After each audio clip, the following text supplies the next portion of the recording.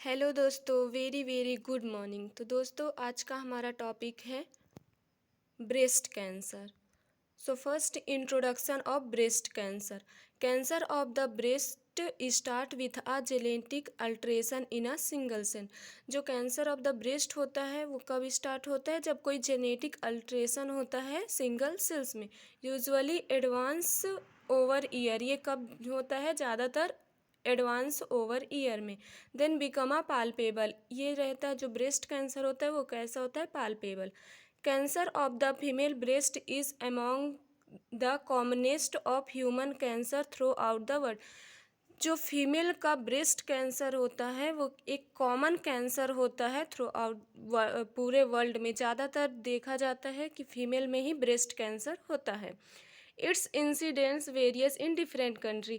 ये जो होता है डिफरेंट कंट्री में, इसका जो रेट है वो अलग अलग होता है।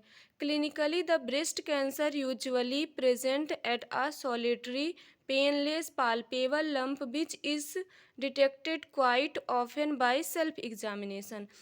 जो क्लिनिकली अगर देखें कि जो ब्रेस्ट कैंसर है वो कैसा रहेगा? सॉलिटरी, मतलब कि जब उसको हम पाल्पेट करेंगे तो वो हार्ड मास रहेगा और पेनलेस रहेगा, पाल्पेबल लंप रहेगा। ब्रेस्ट में ऐसा लगेगा कि कुछ तो हार्ड मास टाइप का पाल्पेबल लंप है, लंप टाइप का वो लगेगा, जो कि अगर हम सेल्फ एग्जामिनेशन करते हैं तो उससे हम ये पता लगा सकते हैं कि ये जो है वो ब्रेस्ट कैंसर है। Then definition of breast cancer. According to WHO, breast cancer is a disease in which abnormal cell grow out of control and form tumor. Breast cancer क्या होता है? एक ऐसा डिसीज़ होता है जिसमें जो एबनॉर्मल सेल होता है वो इतना ग्रो करता है जो कि हमारे कंट्रोल से अनकंट्रोल रहता है और ये फॉर्म ले लेता है ट्यूमर का, जिसको हमारे वो कंट्रोल में रहता ही नहीं है। It left unchecked, the tumor can spread throughout the body and become fatal. और ये ट्यूमर ऐसा ट्यूमर होता है जो कि स्प्रेड होता है हमारे ब्रेस्ट के अलावा अदर बॉडी पार्ट में भी, और ये जो हमारे लिए बहुत घातक होता है। Then second definition, according to Lakhvinder Kaur, breast cancer is a cancer that start in the cell of the breast, commonly in inner lining of milk duct or lobule. जो ब्रेस्ट कैंसर होता है वो start कहाँ से होता है? जो common जो मिल्क डक्ट होता है उसके जो लाइनिंग रहते हैं वहाँ से स्टार्ट होता है और लोब्यूल्स में भी होता है। Then incidence, breast cancer is a most commonest in female. जो ब्रेस्ट कैंसर होता है वो मोस्ट कॉमन किस में होता है? फीमेल में। It is found in women 55 year of older. ये किसको होता है? जो 55 ईयर ओल्ड वाले वुमेन को ये ज़्यादातर होता है। About 5 to 10% of breast cancer cases are through the hereditary. ज़्यादातर देखा जाए तो 5 से 10% अगर ब्रेस्ट कैंसर है वो कैसा होगा? हेरिडिटरी। अगर उनके पेरेंट्स में, मतलब मम्मी को या तो फिर उनके दादी को अगर ब्रेस्ट कैंसर है तो उनको भी होने का चांस रहेगा। Breast cancer has been rank number 1 cancer among India. जो ब्रेस्ट कैंसर होता है वो उसको नंबर 1 रैंक दिया गया है इंडिया में। It is most common cancer among women in cities as well as in rural population in India. ये जो ब्रेस्ट कैंसर होता है ना वो ज़्यादातर ऐसे लोगों को होता है जो कि डेवलप कंट्री से बिलोंग करते हैं। वो लोग क्या करते हैं कि जो प्रेगनेंसी होता है उसको अवॉइड करते हैं और उनका हार्मोनल इम्बैलेंस रहता है, इस वजह से उनको ज़्यादातर ब्रेस्ट कैंसर होने का चांस रहता है। Then anatomy and physiology. तो इसमें जो ब्रेस्ट होता है उसका तो एक चेस्ट बॉल, फिर lobules, lobes, duct, nipple and fatty tissue होता है। Then physiology of breast. The essential function of breast is the synthesis, secretion and ejection of milk. जो ब्रेस्ट का फंक्शन होता है वो क्या है? जो मिल्क है उसको ब्रेस्ट क्या करके रखता है? सिंथेसिस करके रखता है, सिंथेसिस करता है एंड सिक्रेशन करता है। The main function of a women breast is to make, store and release milk to feed the baby. जो मेन फंक्शन होता है वुमेन का ब्रेस्ट का, वो क्या करता है? जो मिल्क है उसको बनाता है, स्टोर करके रखता है एंड रिलीज करता है बेबी के फीडिंग के लिए। Then causes and risk factor of breast cancer. तो फर्स्ट कॉजेस है क्या, हेरिडेटरी। हेरिडेटरी अगर उनके पेरेंट्स में किसी को फैमिली हिस्ट्री में है कि उनको ब्रेस्ट कैंसर हुआ है, जैसे कि मम्मी हो गए, दादी हो गए, नानी हो गए, तो उनको ब्रेस्ट कैंसर होने की चांस रहते हैं। Age and gender, age and gender में जैसे कि 55 ईयर ओल्ड वालों को ज़्यादा चांस रहता है। हार्मोन एंड ओरल कॉन्ट्रासेप्शन, अगर हार्मोनल इम्बैलेंस होता है तो जो ब्रेस्ट कैंसर होता है उसके लिए जो एस्ट्रोजन होता है वो रिस्पॉन्सिबल होता है। अगर ज़्यादातर एस्ट्रोजन के अगर हम लोग कॉन्टैक्ट में आते हैं तो ये होने का चांस रहता है। ओरल कॉन्ट्रासेप्शन से भी। Menstrual and reproductive history, exposure to ionized radiation during the breast development, अगर जब ब्रेस्ट का डेवलपमेंट हो रहा है और अगर किसी को जैसे कि नेक का सर्जरी हुआ है और वो एक्सपोजर में हो रहा है किसके, रेडिएशन से, उसकी वजह से भी उसके ब्रेस्ट में कैंसर होने का चांस रहता है। सिगरेट स्मोकिंग, सिगरेट स्मोकिंग में क्या होता है, जो कार्सिनोजेन होता है वो जब हमारा ब्रेस्ट डेवलप हो रहा होता है और अगर बहुत ज़्यादा सिगरेट स्मोकिंग करते हैं तो क्या करता है, डीएनए में चेंजेस कर देता है कार्सिनोजेन, उसकी वजह से एबनॉर्मल सेल का ग्रोथ होने लग जाता है। Alcohol consumption, breast augmentation surgery and family history. Then classification of breast cancer according to WHO classification of tumor of the breast। तो फर्स्ट होता है बिनाइन एंड होता है मैलिग्नेंट। तो बिनाइन में आता है fibroadenoma, phyllodes tumour and haematoma. Malignance में इंसिटू कार्सिनोमा जो कि क्या है, नॉन इन्वेसिव कार्सिनोमा है। And ductal carcinoma in situ, lobular neoplasia, intraductal papillary carcinoma. Then invasive breast carcinoma में आता है इनफिल्ट्रेटिंग डक्टल कार्सिनोमा जो कि 80% चांस होता है होने का। इन्वेसिव लोब्यूलर कार्सिनोमा जिसका चांस होता है 8%। Tubular carcinoma 6%। Medullary carcinoma 2%। And उसी में आता है mucinous carcinoma 2%। Cribriform carcinoma 2%। Tumour of the nipple and Paget disease of the breast, metastatic tumour. तो फर्स्ट है इसमें क्या, नॉन इन्वेसिव ब्रेस्ट कार्सिनोमा के अंदर कौन, नॉन इन्वेसिव मतलब ऐसा कार्सिनोमा हो जाएगा जो कि उसी मतलब जिस एरिया में हो रहा है उसी एरिया में होगा, दूसरे एरिया को इन्वेड नहीं करेगा, उसको पार करके दूसरे टिश्यू में नहीं जाएगा। तो है ductal cell carcinoma in situ. Ductal cell carcinoma is characterized by the proliferation of malignant cell inside the milk duct. ये जो होगा ना उसका मतलब कि एबनॉर्मल ग्रोथ होगा, प्रोलिफरेशन होगा, जो कि क्या डक्टल सेल के अंदर ही होगा, वो बाहर नहीं आएगा। Without इन्वेशन into the surrounding tissue, surrounding tissue को इन्वॉल्व नहीं करेगा। जो एबनॉर्मल ग्रोथ होगा तो कहाँ होगा, सिर्फ डक्टल सेल के अंदर होगा। देन सेकेंड है लोब्यूलर न्यूप्लेजिया। लोब्यूलर न्यूप्लेजिया और lobular carcinoma in situ is characterise by filling up of terminal duct and ductules. These are usually multicentrous and involve bilateral breast। ये जो होता है, ये जो टर्मिनल डक्ट होते हैं वहाँ ज़्यादातर होता है, जो कि लोब्यूल्स, ये इमेज में जो कि दिख रहा है लोब्यूल्स में, ये ज़्यादातर टर्मिनल डक्ट में होते हैं और ये जो बाइलेटरल ब्रेस्ट को इन्वॉल्व करते हैं। And invasive breast carcinoma, invasive breast carcinoma ऐसा होता है जो कि जिस एरिया में हो रहा वो तो हो ही रहा लेकिन उसके साथ साथ अपने सराउंडिंग एरिया को भी वो इन्वॉल्व कर लेता है। तो फर्स्ट है इनफिल्ट्रेटिंग डक्ट कार्सिनोमा जो कि उसके चांस होते हैं 80% होने के। Infiltrating duct carcinoma arise from the duct system and invade the surrounding tissue, उसके सराउंडिंग टिश्यू को भी। They often form a solid irregular mass in the breast.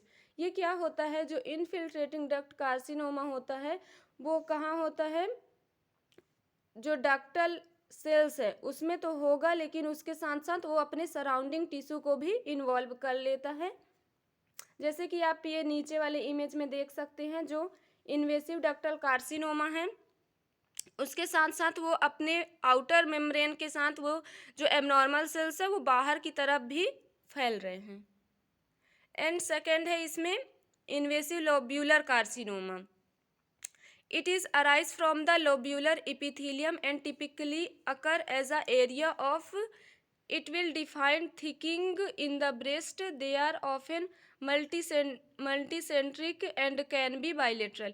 ये क्या होता है जो इन्वेसिव ये वाला जो ये लोब्यूलर कार्सिनोमा होता है जिसके कि 8% चांस होते हैं और ये लोब्यूलर इपिथेलियम सेल से स्टार्ट होता है और ये जो होता है वो ब्रेस्ट को एकदम थिकनेस बना के रख देता है और ये दोनों ब्रेस्ट को भी इन्वॉल्व कर सकता है। ट्यूब्यूलर कार्सिनोमा जो कि 6% चांस होते हैं। This tumour are generally small, ये जनरली स्मॉल होता है, 1 सेंटीमीटर डायमीटर होता है। It will define as gritty nodules, उसमें नोड्यूल्स टाइप के दिखाई देंगे। And medullary carcinoma, it is characterise by a large well circumscribed rounded mass. ये क्या रहता है, बहुत लार्ज साइज का रहता है और उसके साथ साथ इसमें round mass is typically soft and fleshy, और इसमें राउंड मास होते हैं और ये brain like and hence the alternative name of encephaloid. ये जो होता है ना इसको देखेंगे तो ये ब्रेन लाइक दिखेगा, इसलिए उसको इंसेफेलॉइड कार्सिनोमा भी कहा जाता है। एंड फर्स्ट है म्यूसिनस कार्सिनोमा। म्यूसिनस कार्सिनोमा और colloid carcinoma mainly occur more frequently in older women and the mucin production is also slow growing. इसमें जो म्यूसिनस कार्सिनोमा होता है वो किस में होता है, ज़्यादातर ओल्डर वुमेन में, और जो म्यूसिन का प्रोडक्शन होता है वो स्लो होता है। क्रीवीफ्रॉम कार्सिनोमा जिसके 2% चांस होते हैं। It is commonest invasive breast cancer in which dominant pattern in cribriform. उसका जो पैटर्न रहेगा ना वो कैसा रहेगा, क्रीवीफॉर्म रहेगा।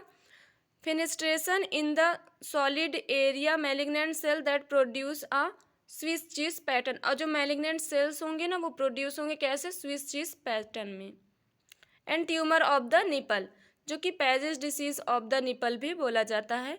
Pages disease of the nipple is an eczematous lesion of the nipple often associated with an invasive और non invasive ductal carcinoma of the underlying breast.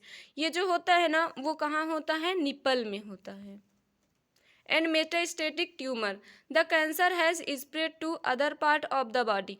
जब कैंसर क्या होता है, ब्रेस्ट में हुआ है, ब्रेस्ट के साथ साथ वो अदर जो बॉडी है उनके अदर पार्ट को भी इन्वॉल्व कर रहा है, तो उसको क्या बोलते हैं, मेटास्टेटिक ट्यूमर बोलते हैं। तो ब्रेस्ट में हुआ है, ब्रेस्ट से फैलते फैलते वो लंग्स तक चला गया, लीवर तक चला गया, ब्रेन तक चला गया, तो उसको हम लोग क्या बोलेंगे, मेटास्टेटिक ट्यूमर बोलेंगे। तो ये कहाँ कहाँ ज़्यादातर फैलता है, जैसे कि ब्रेस्ट में हुआ है, अगर उसको हम लोग ट्रीट नहीं किए हैं तो ब्रेन में फैल गया, उसके बाद लंग्स में चला गया, एंड लीवर में, एंड बोन में। And pathophysiology of breast cancer, predisposing factor multifactorial, बहुत सारे फैक्टर जैसे gender, genetic, hereditary, lifestyle, chemical exposure lead to exposure with, जैसे बहुत ज़्यादा क्या कर रहे हैं, स्मोकिंग कर रहे हैं तो केमिकल एक्सपोजर में आ रहा है, तो lead to exposure with carcinogen, damage और चेंज इन जेनेटिक मटेरियल, जो उनका जेनेटिक मटेरियल है उसमें क्या हो जाएगा, चेंजेस हो जाएगा। Then lead to hyperplasia, then lead to recurrent injury, may cause metaplasia and mutation of BRCA1 and BRCA2 and P53, lead to loss of apoptosis, caused dysplasia and anaplasia, lead to decreased T cell, lead to neoplasia and hypoxia and anoxia, and increase lactic acid and pain, increase angiogenesis growth factor. And क्या होगा, manifestation of breast cancer, क्या क्या manifestation दिखेगा, तो lump in the breast, nipple inversion, metastatic of breast cancer. Clinical manifestation, क्या क्या इसका clinical manifestation है, हम कैसे पता लगाएंगे कि हाँ ब्रेस्ट कैंसर हुआ है। लंप और थिकनिंग इन द ब्रेस्ट, जो ब्रेस्ट है उसमें जब पालपेट करेंगे तो कैसा दिखेगा, उसमें लंप रहेगा और जो ब्रेस्ट है वो क्या हो जाएगा, एकदम थिक हो जाएगा। इनेवन साइज ऑफ द ब्रेस्ट, जो ब्रेस्ट का साइज रहेगा ना वो अलग से, मतलब कि उसका जो साइज रहेगा वो इरेगुलर टाइप का दिखाई देगा। प्रेजेंस ऑफ स्किन और निपल रिट्रैक्शन, निपल डिस्चार्ज, क्या होगा, जो निपल होगा उसका डिस्चार्ज होगा। स्किन अल्सरेशन, स्किन में अल्सर टाइप का छाले छाले टाइप के दिखाई देंगे ब्रेस्ट के स्किन में। लंप और enlarge lymph node in the axilla, axilla के पास का जो लिम्फ नोड है वो इनलार्ज हो जाएगा।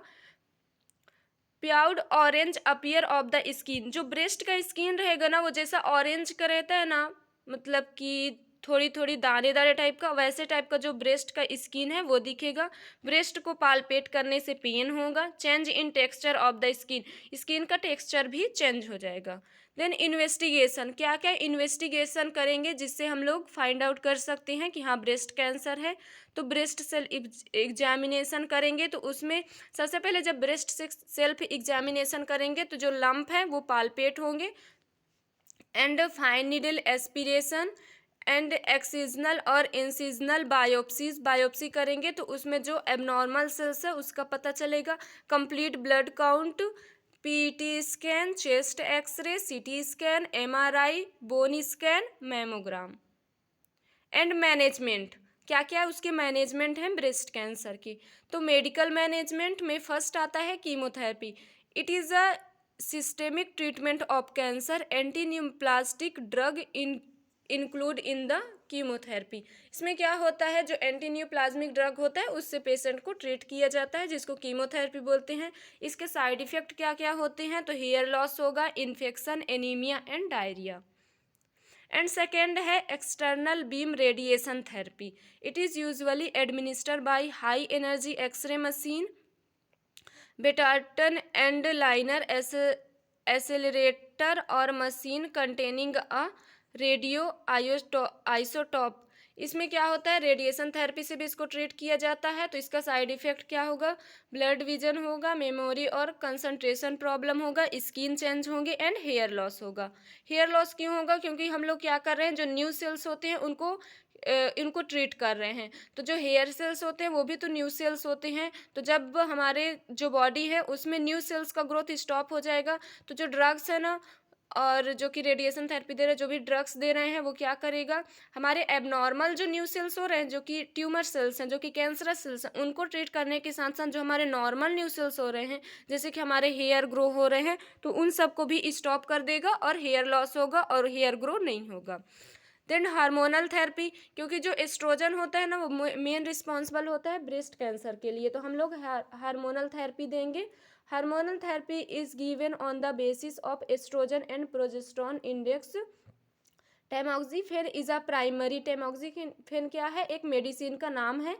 Primary hormonal agent use to suppress hormonal dependence tumour. ये क्या करता है, जो हार्मोन की एक्सट्रोजन की वजह से अगर जो ट्यूमर हो रहा है उसको क्या करेगा, सप्रेस कर देगा। इसके जो टैमोक्सिफेन है उसके क्या क्या साइड इफेक्ट हैं, तो ब्रेस्ट पेन होगा, headache, nausea, bloating and indigestion. And then surgical management, अगर मेडिकल मैनेजमेंट से ब्रेस्ट कैंसर ट्रीट हो गया तब तो ठीक है, नहीं तो उसके लिए हम सर्जिकल मैनेजमेंट करेंगे ताकि वो अदर बॉडी पार्ट में भी स्प्रेड ना हो। Modified radical mastectomy include removing of the complete breast, including the nipple areola complex and some part of the axillary lymph nodes। उसमें क्या करेंगे, निपल एरियोला इन सबको रिमूव कर देंगे। Total mastectomy it include removal of the breast and nipple areola complex only does not involve axillary lymph node. इसमें क्या करेंगे, total मास्टेक्टॉमी मतलब कि जो ब्रेस्ट है उसको टोटल रिमूव कर देंगे। Lumpectomy, this is also referred to as breast conserving surgery. The surgeon remove the cancerous area, जितने एरिया में कैंसरस हुआ है, जो कि सराउंडिंग मार्जिन, नॉर्मल टिश्यू, जितने एरिया में कैंसरस हुआ है बस रिमूव करेंगे। Breast conserving surgery for invasive breast cancer lumpectomy, wide excision, partial और segmental mastectomy, quadrantectomy is perform following by removal of lymph node. जो भी मतलब कि जितने एरिया में बन रहा है, हमको पता चल रहा है कि इतने एरिया में ये जो फैल चुका है कैंसर, उतने एरिया को रिमूव कर देंगे। Sentinel lymph node biopsy, the treatment of early stage breast cancer. And breast cancer के कॉम्प्लिकेशन क्या क्या होंगे? तो लिम्फेडिमा, हेमाटोमा और seroma formation and infection. Summary, cancer of the female breast is among the commonest of human cancer throughout the world. Its incidence varies in different countries. In the United States, carcinoma of breast constitute about 25% if all cancer in female and cause approximately 20% of cancer death among female. Clinically, the breast cancer usually present as a solitary, painless, palpable lump which is detected quite often by self-examination. जो cancer होता है ना, वो ज़्यादातर female में होता है और इसका इंसिडेंस है कि अप्रॉक्सीमेटली कैंसर की वजह से जो 20% फीमेल है उनकी डेथ होती है। और जो कैंसर होता है ना, उसमें क्लिनिकली अगर देखा जाए तो कैंसर कैसा होता है, सॉलिटरी मास होता है और उसको पेनलेस होता है, पाल्पेट करने से पेनलेस रहेगा एंड पाल्पेबल लंप रहता है, जो कि जिसको हम लोग सेल्फ एग्जामिनेशन के थ्रू डिटेक्ट कर सकते हैं। Thank you for watching and like and subscribe. अगर ये वीडियो आपको अच्छी लगी हो तो लाइक कर दीजिए।